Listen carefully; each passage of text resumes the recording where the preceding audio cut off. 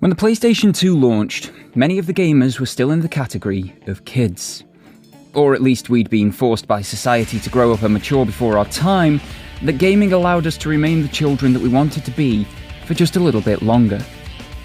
We kids faced an issue though. Games were more expensive for this new console. Sure, they were bigger and better for the most part, so it was easily argued that you were getting your money's worth. But it presented a situation when looking at, or asking for birthdays and Christmas, which games you wanted. As games were more expensive, we couldn't get as many, as sadly the wages of our parents and our grandparents' pensions didn't increase at the same rate. In a multi-child household such as mine, there was also an argument over certain competing titles. My brother wanted the new games made by the same guys that made Crash Bandicoot. I wanted the games made by the same guys that made Spyro the Dragon. My parents, wise in their parenting ways, decided we'd have neither and prevent all further arguments about it. So the PS2 era went by. We had many amazing experiences, got our own jobs, bought our own games, moved around the world, and we passed Jak and Daxter by. We also passed Ratchet and Clank by. Not through a lack of interest, just circumstances of our lives at the time. For my part, over the next 2 generations, I would play the Daxter standalone PSP title, and I enjoyed it. I'd play a bit of each series via PS Plus inclusive games, and in 2021, I would start the 2016 Ratchet and Clank title. I had also played and completed every game in the Resistance, Uncharted, The Last of Us, and Spider-Man series from each developer, and loved them all. So why in 2021 was I dubious about Ratchet and Clank Rift Apart? Part of it was my lack of history with the series. A few hours here and there over the course of 15-ish years doesn't really count towards being a long-time fan, so I was unsure if jumping into it day one would be right for me. Probably more pressing, however, was that this would be Insomniac Games' 4th title release in less than 3 years. Marvel's Spider-Man on the PS4, Spider-Man Remastered on the PS5, a huge overhaul of the title that was near enough making a new game, Spider-Man Miles Morales, a cross-generation release, and now Ratchet and Clank Rift Apart, a full next-gen title, all from September 2018 to June 2021. We had seen all too often recently how disappointing games that had been worked on for a long time could be, with the releases such as Cyberpunk, Assassin's Creed Valhalla, Anthem and Outriders, all disappointing their fan bases, and some even being abandoned after launch. It felt like an omen walking into this 4th release from a single developer in such a short time period. But, saying that, I have never seen Insomniac drop the ball when it comes to quality. Welcome everybody, my name is Doragon, and this is my review of the PS5 exclusive Ratchet and Clank Rift Apart.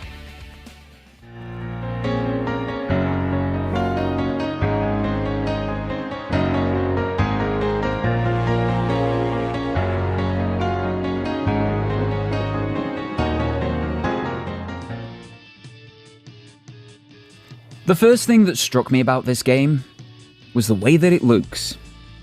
It's such an immediate and on a surface level basic thing, but Rift Apart is jaw-droppingly beautiful in every moment.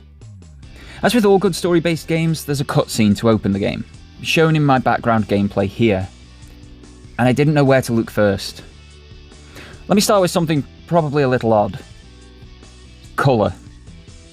This cutscene starts in a dystopian world. It's raining. You can tell it's oppressive. But it's colourful. There are oranges and yellows galore, neon glows of pink and purple, red and green signs casting a glow across close-by surfaces. You are fully aware that this world that we are viewing is like that of Cyberpunk or Destiny, The Last of Us or Resistance. But it doesn't shy away from a colour palette that is so beautiful and interesting. It's not another grey or brown-hued dystopian world. It is instead what I imagine a real one would look like. Normal, but with something in the air that's a little off. Unlike the team's previous release of Miles Morales, you don't get to choose the graphics mode initially. It goes off your system settings. Mine is set to go for performance mode, which lowers the resolution slightly, which my TV then super samples back up to 4K, and runs at 60 frames per second. Once you can though, I would recommend exiting to the menu, reloading the game, and selecting Performance RT mode. Sure, the res takes a slightly bigger hit here, but the fact that you can get 1440p visuals, 60 frames per second, and ray tracing all at the same time in a £450 console is nothing short of stunning. And this game is beautiful beyond belief when running that way. The lights and reflections rebounding off of the robotic characters, the world being alive in the spaceship's windows, seeing the characters' world and skyboxes in puddles. None of these make or break the game, but you notice them, as other titles don't do it at all, let alone on a comparable level. The textures are phenomenal as well. The fur of Ratchet and Rivet is near realistic. Considering these are character shapes that were designed to look good and work on the PS2 in the days of cute mascots, making them look this good, in-game, in 2021, should be a crime. But that attention to detail doesn't just stop with the two main Lombax protagonists. Clank and Kit with their metallic bodies, reflective eyes and moving parts. Gary in his full-blown Zen alligator or ethereal forms. Even the two versions of Nefarious. The texture wow extends to the worlds as well.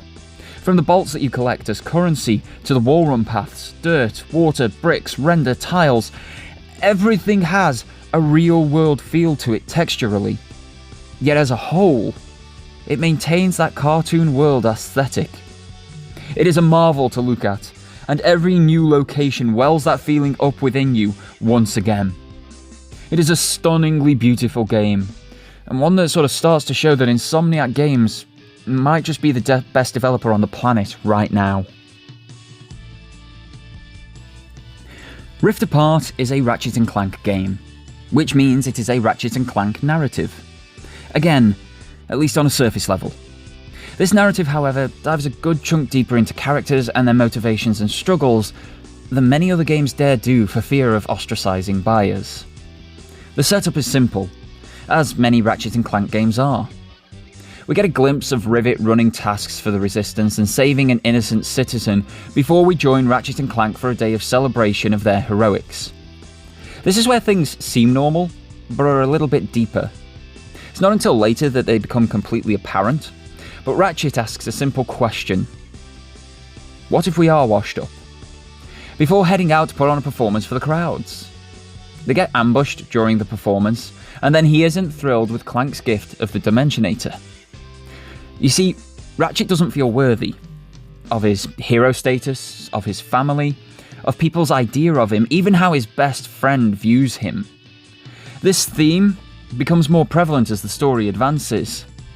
Clank's guilt, Rivet's inability to trust, Kit's depression. Insomniac do not shy away from serious social issues, even in a supposed kids game. The delicate and varied subject of mental health is handled deftly and with nuance by the writers. It isn't the primary focus of the story, that's the saving of multiple dimensions, but it's there throughout and an important part of the characters' arcs in getting to the end. As even the strongest mental personalities have struggled over the last 12 months with anxiety, depression, stress, isolation, and so much more, to have a game shine a light on those struggles and show that people who suffer are still heroes, they may just need picking up themselves or time to come to terms with things, is a powerful message. To have that message wrapped up in a Save the Universe's storyline with rewarding and fulfilling gameplay to boot, I hope that the positive message and awareness that this game brings to people can awaken even more individuals to the importance of caring for and maintaining their own and others' mental health.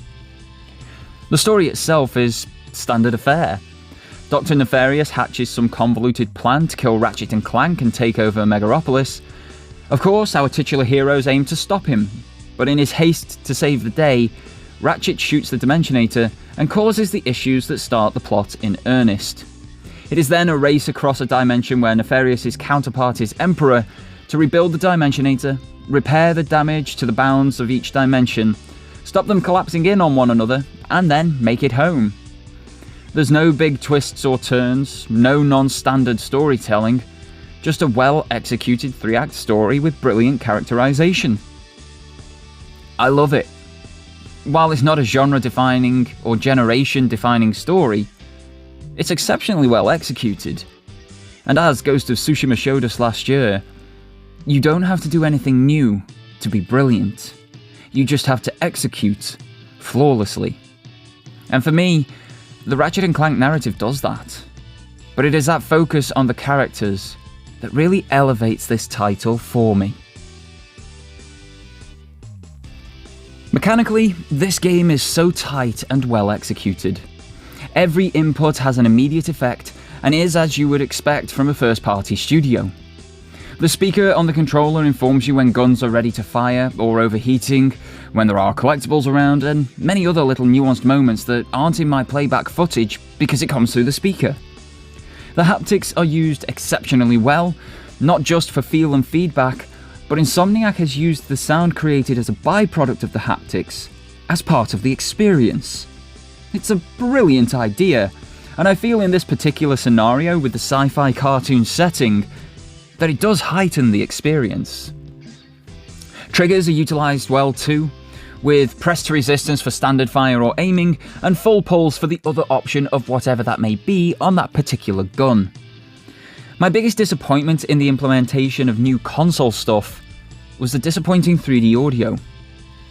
Following Returnal, I couldn't wait to be immersed in a bustling sci-fi world like Ratchet and Clank and be able to hear the world all around me. But when playing on my Pulse 3D headset, I feel as though it could have been any other set of earphones. After enhancing my experience in Returnal and even Miles Morales, to come across a first-party game where 3D audio feels like it doesn't exist just leaves a void in the first-party experience. So I played mostly through the TV speakers. And honestly, in this game, I think I prefer that. Because of the sounds from the controller that are just missed when playing with earphones. I hope this was a conscious choice by Insomniac as the developer, and not just coincidence. But if it were conscious, I feel like players need to be told which audio way to play, as there is now an expectation from first-party developers to utilise 3D audio. I have no problem if they don't utilise it. Just, give us a heads up. Design-wise, this game is an action-adventure platforming puzzler thing. Balancing those three factors can be quite tough, but I think Insomniac get the gameplay balance right here. When you're looking for battles to earn bolts to buy new weapons, one will come along. When you're needing the downtime to recover and restock, you have a platforming section. Puzzles are generally optional and platform-based when taken on, but rewarding with their loot at the end of them. It feels like there is a perfect balance in gameplay styles and pacing here that doesn't leave you feeling fatigued with one option or another because they're overdone. Each area of gameplay feels great too, from hover boots that allow faster traversal to longer jumps, to a dimension hook that acts like a grappling hook, though you have an actual grappling hook too. A phase dodge that gives you a short moment of invulnerability or elongates your jumps is hugely useful. Wall runs, rebound climbs, giant jumps, speedy platform sections, and intense, varied and bombastic combat. The game just feels great throughout. The Lombaxes do feel a bit sticky though.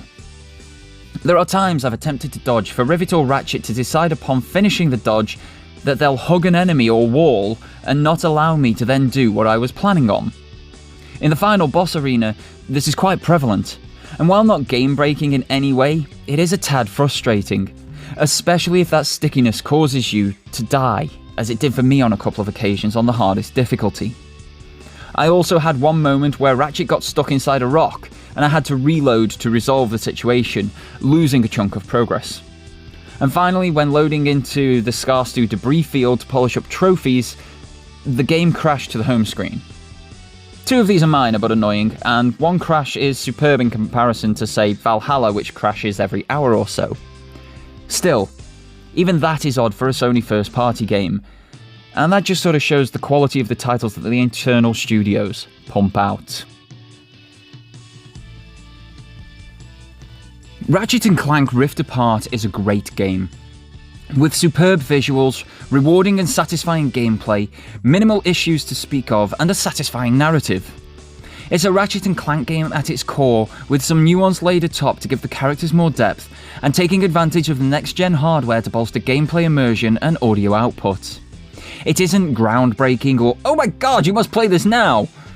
But it is a super satisfying, chill, and feel-good experience. In an industry obsessed with grey and brown, post-apocalyptic and dystopian worlds, that feel-good, colourful atmosphere is the breath of fresh air that gamers need right now following the COVID pandemic. Nothing in the game hasn't been done elsewhere before. This is all a road well trodden, but brought together in this manner and executed this well, it is a quality title that shows that Insomniac Games might just be the greatest developer on the planet right now. And I cannot wait to see what they deliver to us next. I would like to thank you all very much for tuning in. Please don't forget to hit that like and subscribe button if you enjoyed the video. It helps the channel out massively. You can also hit the bell for notifications of when new content goes live. And feel free to sound off in the comments below about your thoughts on Ratchet and Clank Rift Apart. You can also follow me on the socials from the links in my description box, but otherwise, your viewership is very much appreciated. And until next time, guys, have yourselves a fantastic day, and take care.